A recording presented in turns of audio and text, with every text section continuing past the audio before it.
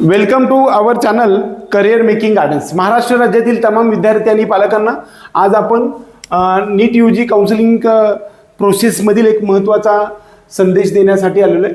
तर MCCच्या वेबसाईटवरती आपण गेल्यानंतर revised schedule of round 1 MBBS BDS साठीचं एक नोटिफिकेशन आलेलं आहे आणि त्या नोटिफिकेशनच्या माध्यमातून आपल्याला आज डेट 13/8/2026 या दिवशी this is to information to candidates that schedule of round 1 of UG counseling 2026 has been revised. Candidates are advised to follow the following schedule for registration and choice filling round 1.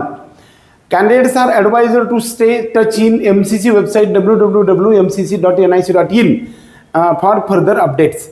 13/8/2026 रोजी एक शेड्यूलमध्ये जे आपल्याला आज 13 August 2026 पर्यंत पहिल्या राऊंडचं choice feeling होतं, ते choice feeling वाढवून आपल्याला मिळालेलं आहे आणि त्यानंतरचं जे आहे schedule online counselling allotment process for NEET UG 2026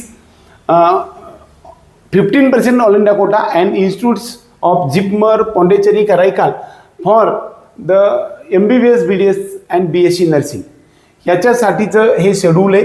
आणि या शेड्यूलसाठीचं जे रजिस्ट्रेशनसाठीची शेड्यूलमध्ये थोडासा बदल झाला आहे, एक्सटेंड झालेला आहे.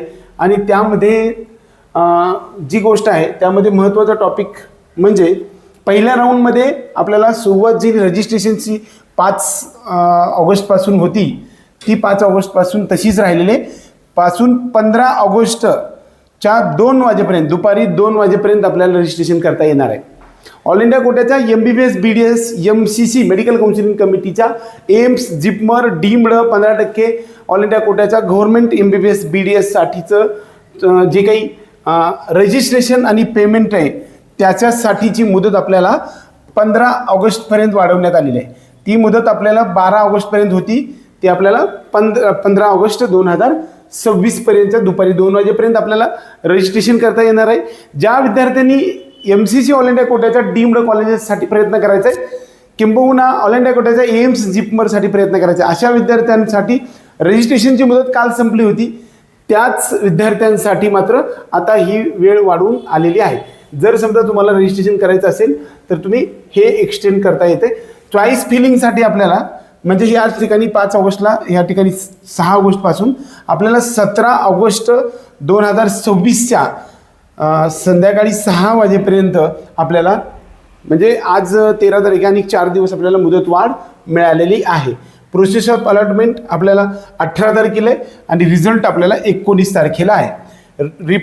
रिपोर्टिंगसाठी किंवा प्रत्यक्ष जॉईनिंगसाठी आपल्याला 20 पासून 25 पर्यंत आहे. म्हणजे या ठिकाणी आपल्याला 22 तारीख होती लास्ट, ते आपल्याला 25 तारखेपर्यंत वेळ मिळालेला आहे. 3 दिवस एक्सटेंड झालेलं आहे. Verification of joined candidates of data by institutes is 26 August 2026. याचा अर्थ असा आहे की आपल्याला जो आपल्या सर्वांना एकच महत्त्वाचा टॉपिक होता, ह्याच्यामुळं फायदा पण खूप झालेला आहे. तो म्हणजे ऑल इंडिया कोट्याचं रिझल्ट लागल्यानंतर जी जॉईनिंगची डेट होती ती एंड होणार होती 22 ऑगस्ट 2026 आणि 23 ऑगस्ट 2026ला महाराष्ट्र राज्यातला MBBS BDSचा रिझल्ट लागणार होता. त्यामुळे ज्या विद्यार्थ्यांना MBBS BDSसाठी एक्झाम्पल धरून त्याला की 490 किंवा 95-98 मार्क होते, अशा विद्यार्थ्यांना प्रवरा घेतल्यानंतर म्हणजे घ्यावं का नको म्हणजे 22 तारखेच्या आत आपल्याला जॉईन करावं लागत होतं, परंतु 23 तारखेला आपल्याला लागतं किंवा नाही लागतं याचा अंदाज लागणार आहे.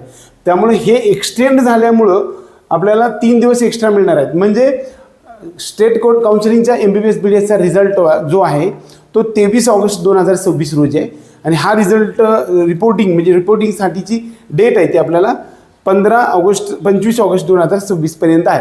म्हणजे आपल्याला जरी नंबर लागला रिझल्टमध्ये आपल्याला 19 ऑगस्टला जरी डीममध्ये एखादं कॉलेज मिळालेलं असेल तर 19 ऑगस्ट नंतर 20, 21, 22, 23 पर्यंत आपल्याला महाराष्ट्राचा रिझल्ट लागणार आहे. त्यामुळे त्या रिझल्टमध्ये जर तुमचा नंबर लागला तर इकडं नाही जॉईनिंग केलं तरी चालू शकते, इकडे प्री एक्झिट घेता येऊ शकते.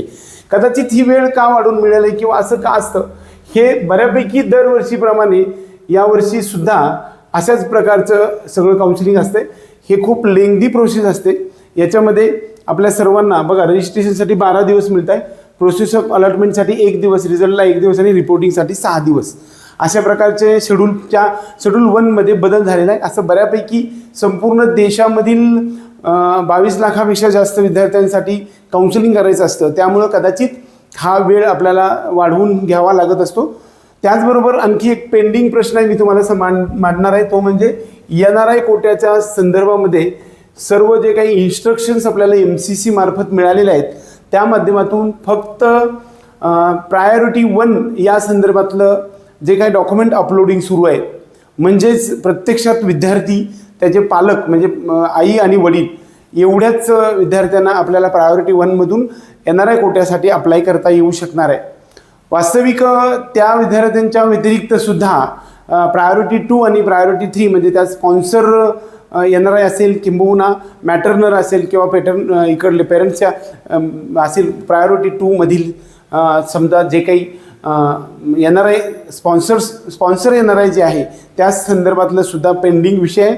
बऱ्याच वेळा संस्था किंवा स्टुडंट्ससुद्धा कोर्टमध्ये गेलेले आहेत. त्यामुळं कदाचित ही डेट वाढून आलेली असू शकते.